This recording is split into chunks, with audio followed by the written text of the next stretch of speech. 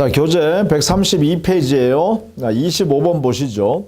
표현대리에 관한 다음 기술 중 옳지 않는 것은, 자, 표현대리는 기본적으로 무권대리죠. 무권대리예요.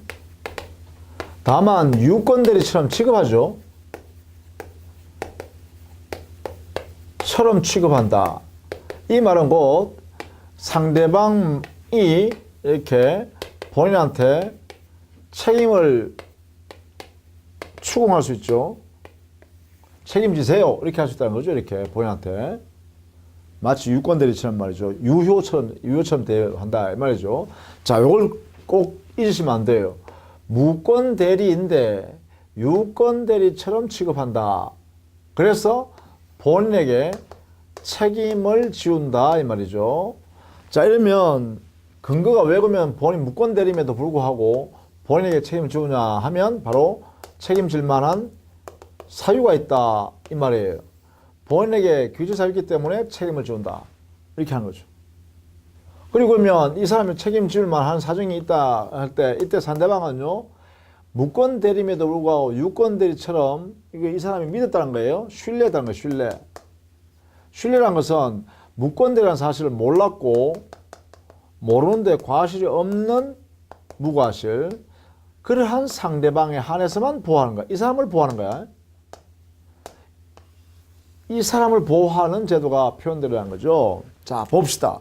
1번 민법 126조의 표현대리에 있어서의 대리인의 권한에는 표현적 대리 권한도 포함한다. 즉 126조의 기본 대리권에는요. 자, 1번 126조의 기본 대리권의 존재가 필요한데 요건상 존재해야 돼요. 이 126조가 성립하기 위해서는 기본 대리권이 대리인에게 존재해야 되는데 이때 기본 대리권 이 안에는요. 이 대리권 여기는 표현 대리권도 여기에 포함된다 이 말이에요. 그럼 도대체 표현 대리권이라는 게 뭐냐? 요 표현 대리권이란 요 의미가요. 125조에서 인정되는 대리권이 있는 것처럼 보이는 대리. 그 대리권을 우리는 표현 대리권이라고 해요. 또 129조에 대리권 소멸 후인데도 불구하고 대리권 행사하는 그 대리인에게 마치 대리인이라고 칭하는 그자가 대리권에 있는 것처럼 아주 그렇게 보여주더란 거죠. 그것도 뭐예요? 표현 대리권. 그래서 125조의 표현 대리권, 129조의 표현 대리권 이런 이야기입니다. 이 표현 대리권이 요 기본 대리권 안에 포함된다. 이 말은요. 이걸 합쳐버리면 125조하고 126조가 요건이 경합되고 129조하고 126조가 요건이 경합된다. 이런 말이에요. 이렇게 이런 의미를 갖고 되고 여기에 대해서 우리 판례는요. 모두 126조로 해결합니다. 이걸로 해결해요. 해결 방법은 126조로 해결한다. 이 말이죠. 이걸 우리는 경합 문제라 그래요. 이 두 개가 경합되었다. 경합 문제가 나오면 126조로 해결한다. 이렇게 되겠죠? 자, 이런 내용들을 알아두세요. 그게 1번 지문입니다. 자, 2번. 자기의 명의를 사용하는 것을 타인에게 허용한 자는 그 타인이 자기의 대리인으로 행위한 경우가 아니라도 그 타인의 행위에 관하여 선의 제3자에 대하여 책임을 져야 한다. 이게 무슨 말일까 하면 125조 표현대리예요. 2번은.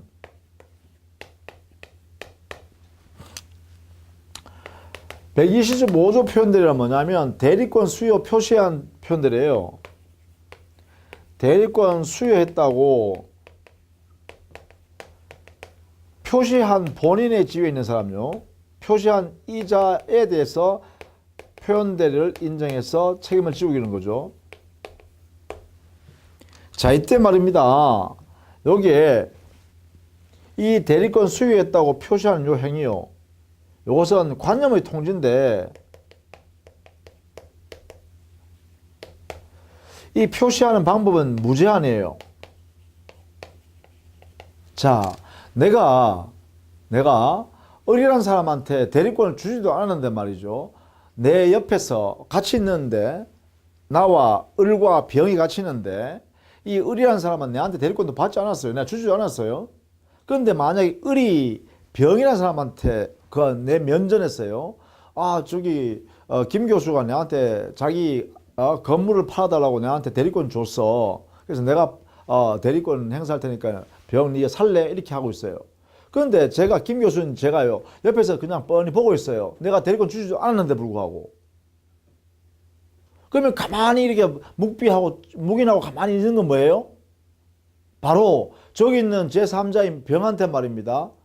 병, 내가 을한테 대리권 내 건물 팔라고 대리권 줬으니까 내 건물 사고 싶으면 을하고 거래해 라고 내가 말하는 거가 똑같다는 거예요. 이게 뭐예요? 바로 그것이 바로 이 표시행위에 들어간다는 것이죠. 대리권 수여했다고 표시하는 행위에 들어간다. 그래서 이 표시하는 방법은 제한이 없다 이 말이에요. 제한이 없다. 자, 이런 의미를 갖고 있어요. 그것이 바로 2번과 관련된 것이죠. 2번. 3번. 대리행위의 상대방의 선의무과실 여부 입증 책임은 본인이 진다. 자, 이거는 이 부분이죠. 표현대리는 기본적으로요. 여기 보면 상대방이 선의무과실, 즉 대리권이 마치 있는 것처럼 보이니까 대리권이 있다고 믿은 거죠. 이 선의무과실, 대리권 없다는 사실을 몰랐고 뭔데 과실이 없어야 돼요. 이 상대방의 요건이에요. 상대방이 표현대리 책임을 본인한테 이렇게 묻기 위해서는 선의이고 무과실이어야 돼요. 자, 이의 입증 책임은 학설은요 모두 본인에게 있다 이렇게 하고 있어요.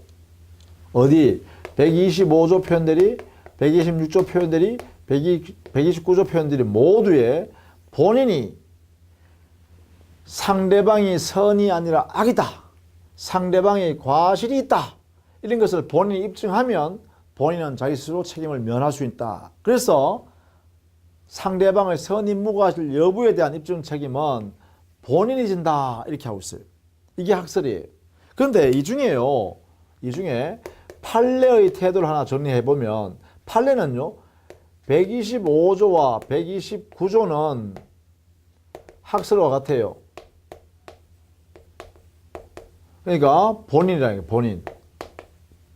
본인이 입증 책임 지래요. 그런데 126조의 표현대리에서는 여기는 판례가요. 여기는 상대방 스스로 입증해라 이렇게 하고 있어요. 이렇게 해요. 그래서 이 부분을 좀 알아두셔야 되겠네요. 이 부분 조심해서 알아둬야겠네요. 126조만 그래요. 이게 판례 태도다 이 말이죠. 그래서 시험에요. 판례여야 한다 하면 이걸 내겠죠. 126조요. 그렇죠? 자, 그렇게 정리를 좀 해 두시고요. 그 다음에 4번. 본인이 무권 대리 행위의 추인을 거절하더라도 상대방은 표현대리를 주장할 수 있다. 그렇죠? 본인이 추인 안 하고 있어도 여기에 표현대리는 누구를 위한 제도냐 하면 바로 여기 상대방을 보호하는 제도라 했어요. 이 사람을 보호하려고. 그래서 표현대리의 주장은 반드시 상대방만 할 수 있다. 표현대리 주장은 상대방만 할 수 있어요. 거래 상대방. 자, 그 다음에요. 5번. 민법 129조에서 말하는 제3자는 대리행위 상대뿐만 아니라 상대방과 거래한 제3자도 포함한다 했는데 여기에 상대방 있죠? 여기에 상대방. 표현대리 제도에서 상대방을 보호하는 제도다 이렇게 해석할 때 상대방이란 것은 표현대리 행위의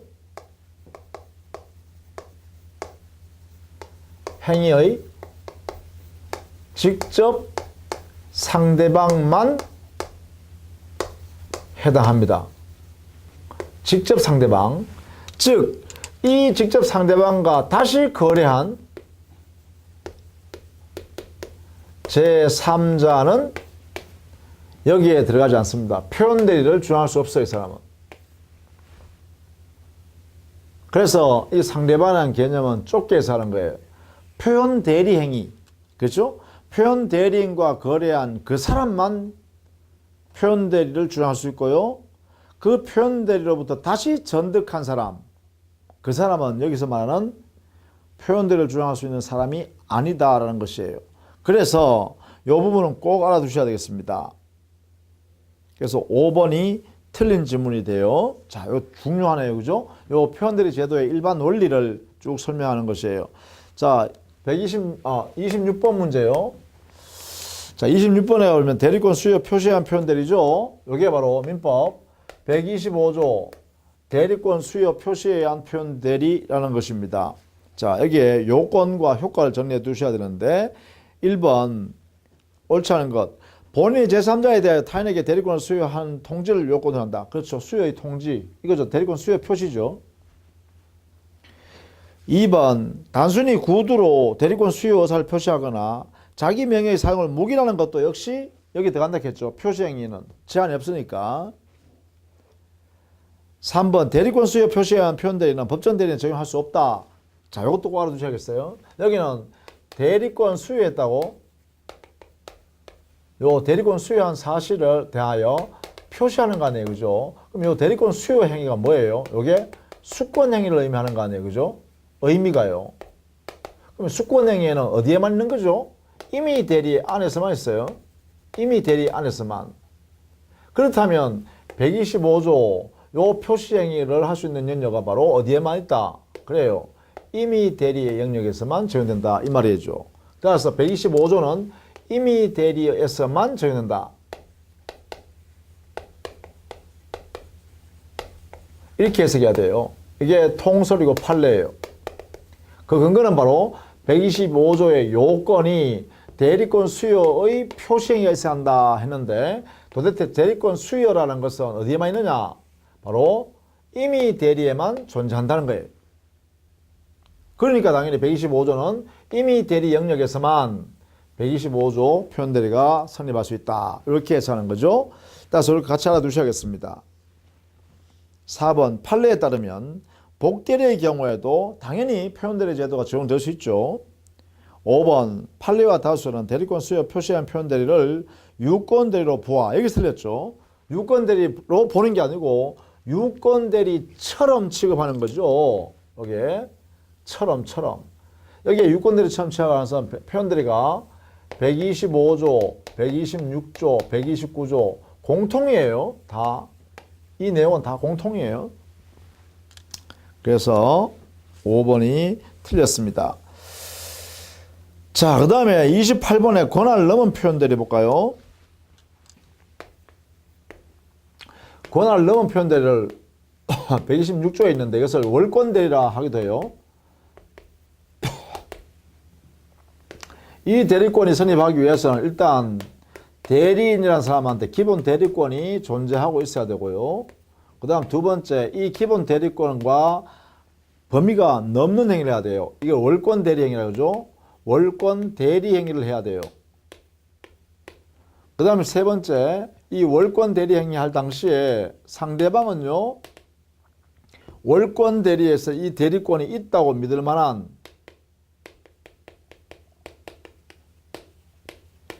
정당한 이유가 있어야 돼요. 이때 이 정당한 이유라는 의미는 물론 월권 대리권, 큰 대리권이 없다는 사실을 몰랐고 모르는데 과실이 없는 것을 말합니다.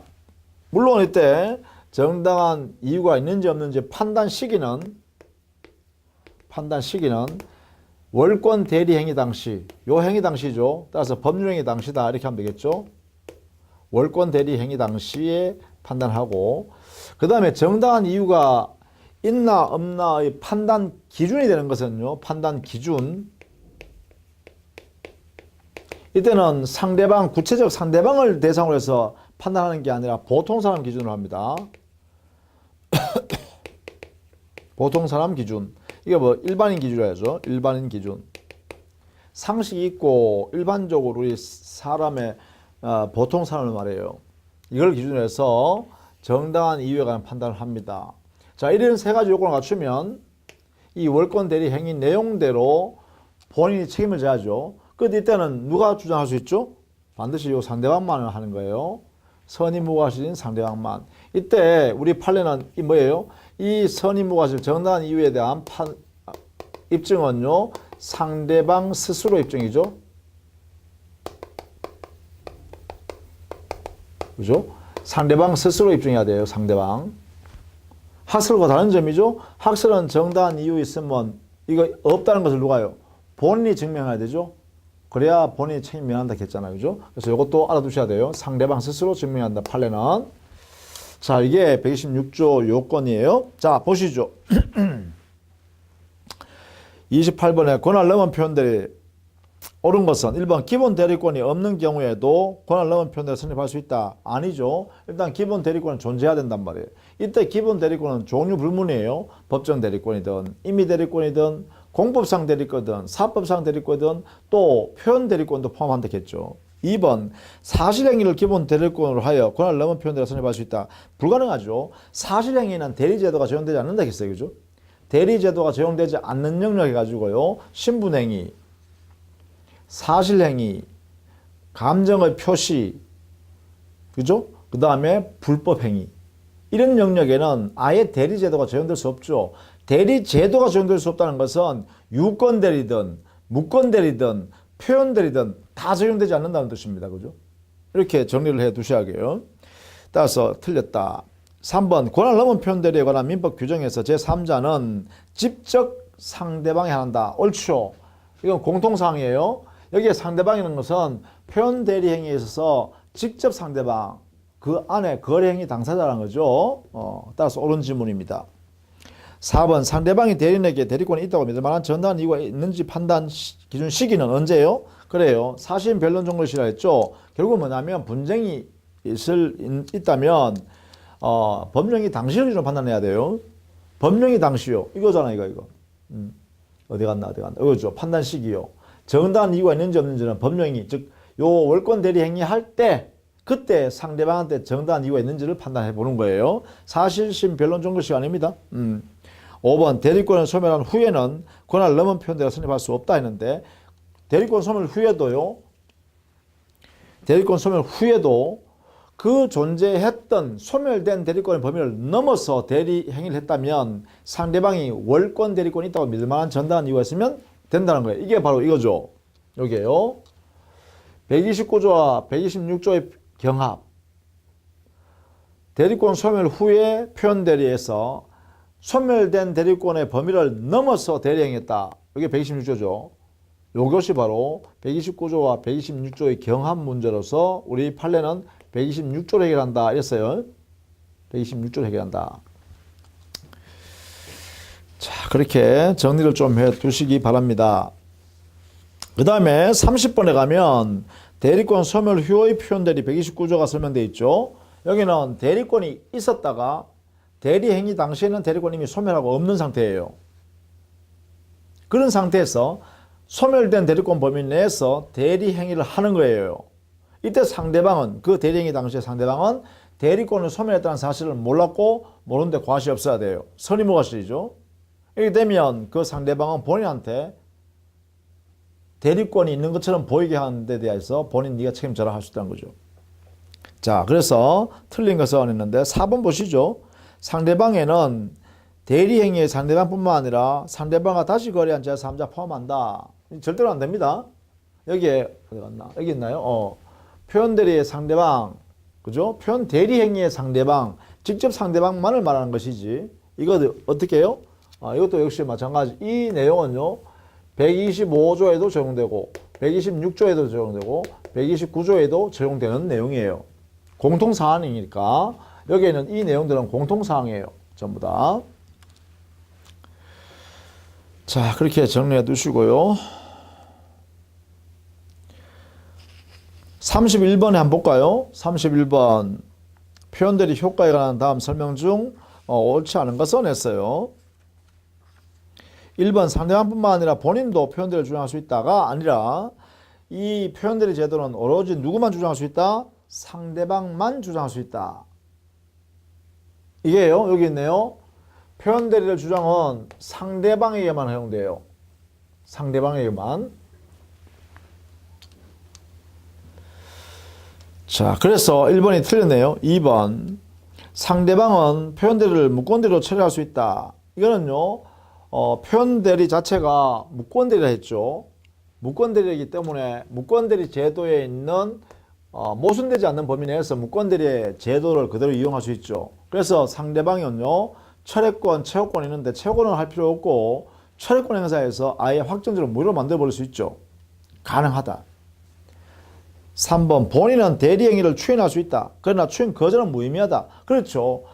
본인이 이게 무권대리니까 표현대리도 무권대리니까 본인한테는 무권대리 협의회 무권대리 안에 보면 본인은 추인권, 추인 거절권을 가지고 있어요. 본인이. 그런데 본인이 추인을 해가지고 아예 처음부터 이 거래행위를 유효로 만드는 것은 정당하죠. 그러나 그 추인 거절권은 인정할 수 없습니다. 왜냐하면 본인이 추인 거절한다고 해서 무효로 확정될 수 없어요. 왜? 표현대리가 성립되어 있으면 상대방이 본인한테 책임지세요라고 하면 책임을 져야 되잖아요. 상대방만 주장할 수 있으니까. 그러니까 주장하면 유권대리처럼 취급해야 된단 말이에요. 그러니까 추인 거절권이란 것은 본인에게 인정할 필요가 없다. 의미가 없다 이 말이에요. 4번 표현대리 경우에 본인은 의무를 부담할 뿐 아니라 채권과 기타 권리도 취득한다. 그렇죠.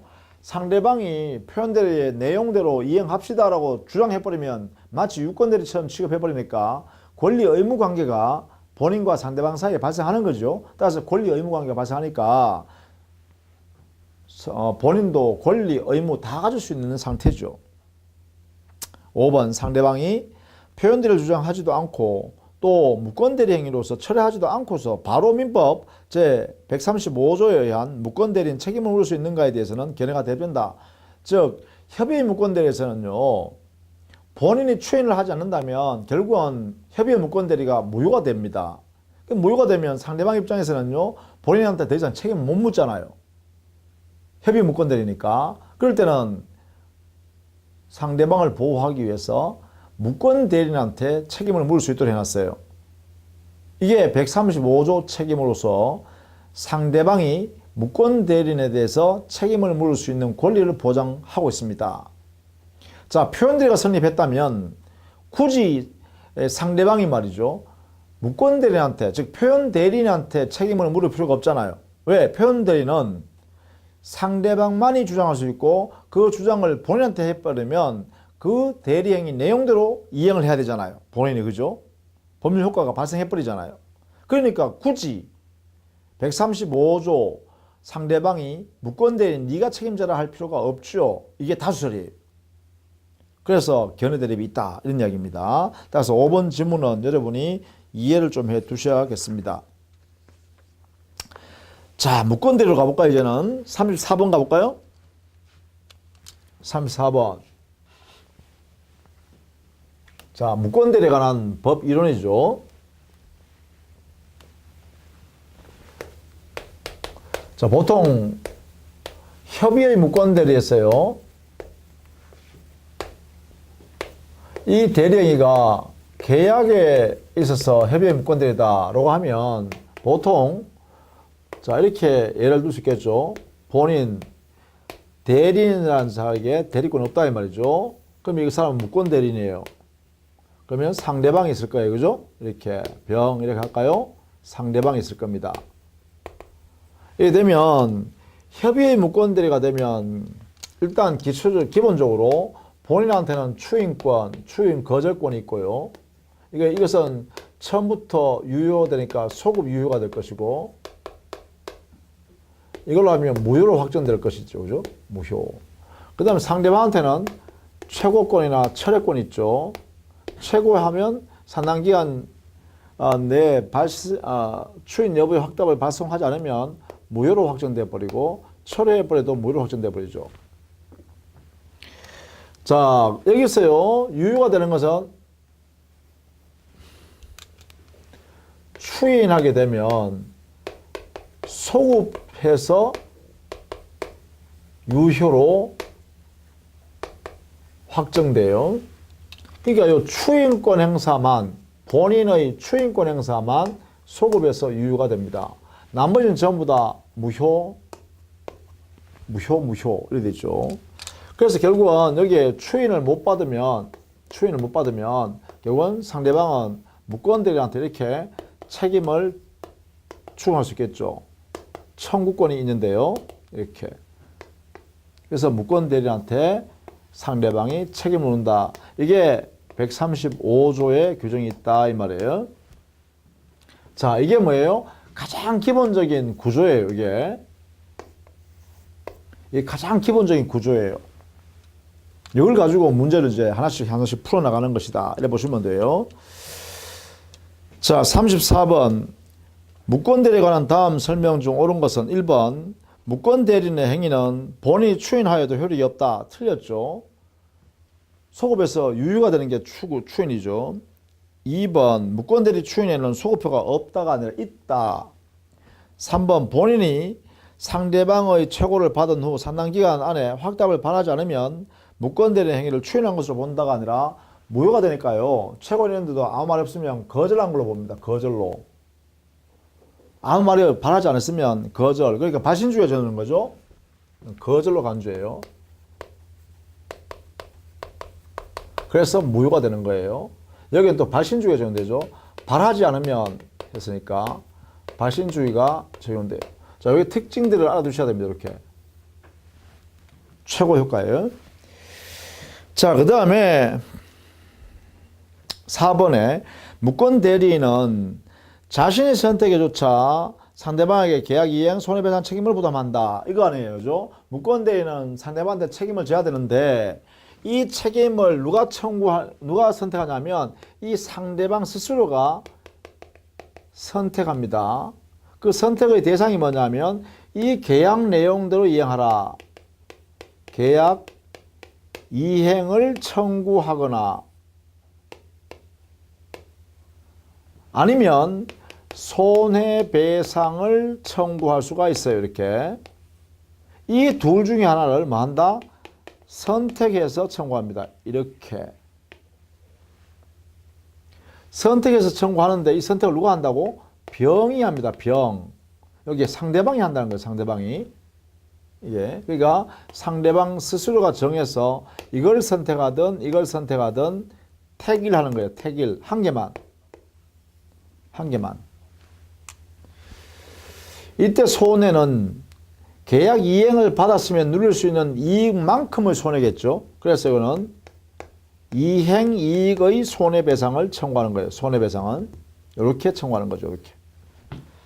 자, 이런 내용들을 여기에 두고 있다라는 것입니다. 그래서 무권대리인 자기가 선택하는 게 아니라 상대방이 선택해서 계약 내용 해라, 이행해라, 아니면 손해배상해라 이렇게 하는 거죠.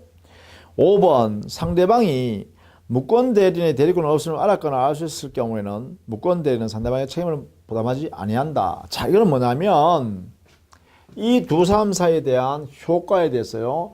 요건을 물어본 거예요. 여기요. 요 두 사람 사이. 즉 무권대리인과 상대방 사이에서는 135조 책임이 이렇게 발생하게 돼요. 권리 의무관계가 발생하잖아요. 그죠? 그럼 요건이 뭘까 하니까 여기에 무권대리는 이러한 무거운 책임을 지르는 것은 무과실 책임이다. 무권대리인 너가 잘못이 없어도 그냥 책임져라 이 내용대로. 아주 무거운 책임이니까 최소한 너는 행위능력자여야 책임진다. 이렇게요. 자, 무권대리는 최소한 행위능력자여야 이 책임은 무과실 책임을 집니다. 자, 이때요. 을이 무권대리란 사실, 즉 무권대리란 사실을 거래 상대방이 이 대리행위 당시에 몰랐고 모르는데 과실이 없을 때 일때만 책임을 물을 수 있습니다. 이렇게 해요. 그래서 무권대리인이 상대방에 대해서 책임을 지기 위한 요건은 최소한 무권대리는 행위 능력자일 것, 그리고 그 책임을 묻는 상대방은 선의무과실일 것, 즉 무권대리라는 사실을 몰랐고 모르는데 과실이 없는 상대방일 때만 이 책임이 발생합니다. 이렇게 권리가 발생해요. 자, 이것을 꼭 기억해야 되는 것입니다. 요 두 사람 사이 관계입니다. 이렇게 무권대리인과 상대방 사이 관계에서 요건, 효과, 그죠? 요건, 효과 이렇게 정리해서 문제를 풀 수 있어야겠습니다. 자, 그 다음에 36번 한번 가보시죠. 협의의 무권대리 옳은 것은 했어요.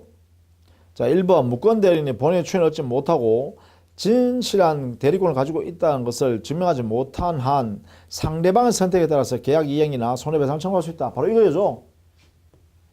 이 내용을 설명하고 있죠. 옳은 질문이다. 그죠? 자, 2번 상대방 없는 단독행위. 상대방 없는 단독행위를 무권대리 하면요. 이것은 확정적 절대적 무효입니다. 확정적 절대적 무효인 행위이기 때문에 본인이 추인한다고 해서 소급해서 유효가 될 수 없습니다. 그래서 본인의 추인 제도도 적용되지 않는답니다. 3번 무권대리의 경우 본인은 이를 추인한 것이 가능하지만 추인은 반드시 상대방이 할 것을 표현한다. 추인은요. 본인이 상대방한테 하든 본인이 무권대리한테 하든 관계없습니다. 무방합니다. 무방. 그러나 본인이 무권대리한테 추인했을 때는 상대방한테 대항할 수 없습니다. 4번 무권대리에게 대리권한이 없다는 것을 알지 못한 상대방은 본인에 대하여 최고는 수 있었지만 철회할 수 없다 했는데, 자 여기에요. 철회권은 상대방이 철회권을 행사할 때는 선의일 때만 철회할 수 있어요. 상대방이 선의일 때만 처리할 수 있어요. 그런데 최고권을 본인한테 상대방이 최고할 때는 선이든 악이든 불문하고 최고권 행사해요. 이렇게요. 그래서 최고할 때는 물어보는 것이니까 상대방의 의사를. 그럴 때는 병의 선의 악의를 불문하고 최고할 수 있으나 철회를 할 때는 상대방은 선일 때 한해서만 처리할 수 있다. 그래서 틀렸죠. 5번 무권대리의 경우 법률 효과는 본인 추인 여부와 관계없다 했는데, 무권대리의 경우는요. 본인이 추인해버리면 유효가 확정돼 버리고 추인을 거절해버리면 확정적으로 무효가 되죠. 그런 면에서 차이가 있다. 이렇게 하겠죠. 자, 계약의 무권대리 쭉 살펴보십시오. 38번 무권대리인의 상대방 최고권 철회권에 관한 설명이다. 틀린 것은 했죠. 이 부분입니다. 상대방의 최고 철회. 자, 최고는 선악 불문하고 상대방이 행사할 수 있고 누구한테 하는 거죠? 본인에 대해서만 할 수 있습니다. 이게 최고. 사단기간 내에 아무런 발신을 본인이 아무런 발하지 않으면 발신주의, 그러면 무효로 취급합니다. 거절로 간주하기 때문에. 그 다음에 상대방이 선일 때만 철회할 수 있고, 이 철회는 본인이 추인해버리면 소급해서 유효되니까 철회 못하겠죠. 본인이 추인하기 전까지만 처리할 수 있어요. 그러니까 선의의 상대방이 본인이 추인하기 전까지는 철회하여 무효로 만들어버릴 수 있습니다. 이때 철회는요. 본인한테 하든 무권대리한테 하든 관계없습니다. 자, 이렇게 정리해서 보시면 되겠죠. 그래서 38번에 틀린 것은 2번 보세요. 상대방이 악의인 경우에도 본인의 추인 있기까지는 철회권을 가진다가 아니라 이 철회권은 반드시 상대방이 선의여야 처리할 수 있다. 이랬죠. 선의의 상대방만이 처리할 수 있다. 꼭 알아두십시다. 그래서 2번이 틀렸네요. 자, 그 다음에 40번 사례 문제 한번 보시죠. 무권대리인이 본인의 부동산을 제3자에게 매도한 계약을 체결한 후 사망하고 본인이 그 무권대리인으로부터 상속을 받은 경우, 이럴 때는 본인은요 상속인이니까 본인 스스로는 추인 거절권 다 행사할 수 있겠죠. 당연히. 그리고 무권대리인의 책임도 상속받게 됩니다. 그래서 3번에 보시죠. 본인은 무권대리인의 행위를 추인하고 부동산을 매수인에게 양도할 수도 있다. 그렇죠. 그러니까 추인권, 추인 거절권이 다 있습니다. 다 있으니까 그걸 가지고 행사하면 되겠다. 이래 되겠죠. 자, 그 다음에요. 41번 문제, 마지막 문제 한번 보죠. 사례 문제입니다. 순수한 사례 문제. 41번. 대리권 없는 을이 갑의 대리인이라 칭하면서 갑 소유 S 토지를 병에게 매도하였다. 옳은 것은 했네요. 자, 정리해 보죠. 자, 이 무권대리를 그대로 적용할 줄 알아야 돼요. 이 제도를 그대로 적용할 수 있어야 됩니다. 이것을, 내용을요. 이걸 여기다 그냥 정리하는 방법으로 적용해 보겠습니다. 41번. 이 내용을 그대로 적용하면 돼요. 이 내용. 자, 봅니다. 대리권 없는 을이 갑의 대리인이라 칭했죠. 갑의 대리인이라 칭했으니까, 을은 갑의 대리인이라 칭했으니까 이 사람이 본인의 지위에 있고, 본인의 지위에 있어요. 갑이. 그 다음 우리는요, 무권 대리인입니다. 무권 대리인. 이 되겠죠? 이 사람이 갑의 X 소유 토지를 이렇게 병한테 X 토지를 매매했다 이 말이죠. 자, 이런 경우입니다. 옳은 것은 했죠.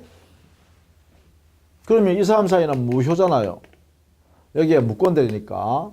그렇죠? 따라서 여기에 내용 그대로 적어보면 이렇습니다. 본인은 추인할 수도 있지만 추인 거절할 수도 있다. 그 다음 상대방은 어떻게 해요? 그래요. 본인한테 최고할 수도 있고 아예 나 안 할란다 처리할 수도 있고요. 그 다음에 이 무권 대리는 무과실 책임을 져야 되죠. 책임을 져야 된다. 누구한테요? 병한테요. 상대방한테. 그죠? 이게 135조 책임이라 했죠. 이렇게. 자, 이런 내용으로 책임을 정리하면 되겠죠. 볼까요?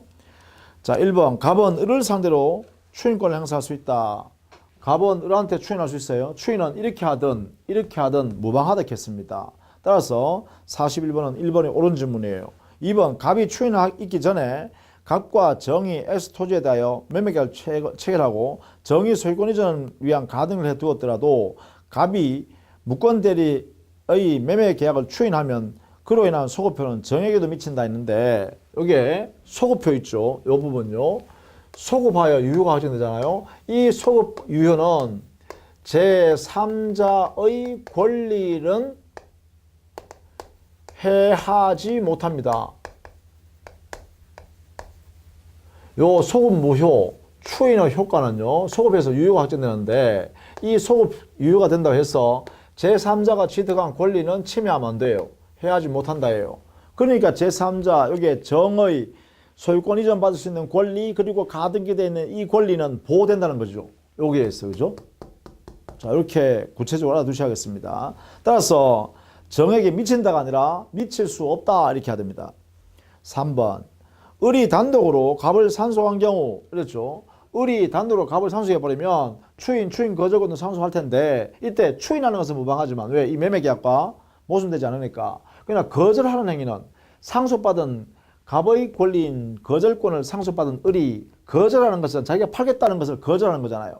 그러니까 미리 그 행위한 것과 거절권 지금 행사하는 것은 모순돼서 신의 측에 반하죠. 그래서 을은요, 상속받은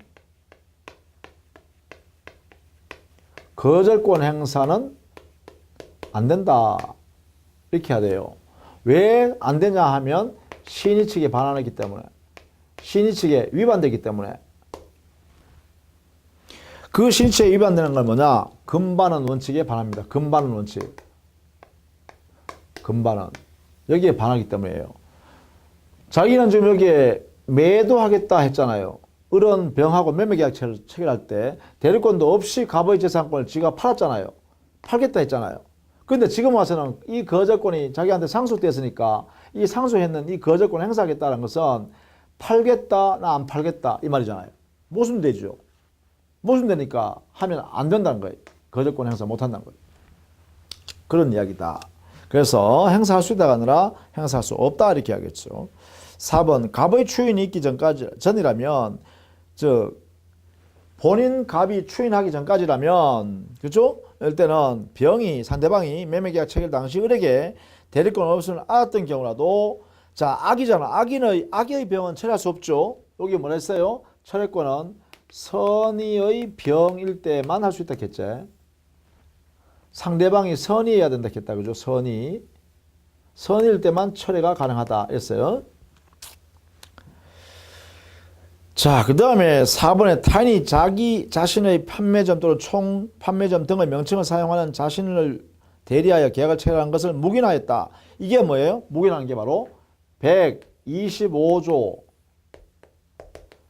대리권 수여의 표시행위에 묵인이 들어간다. 그죠? 묵인이 여기 들어가 버립니다.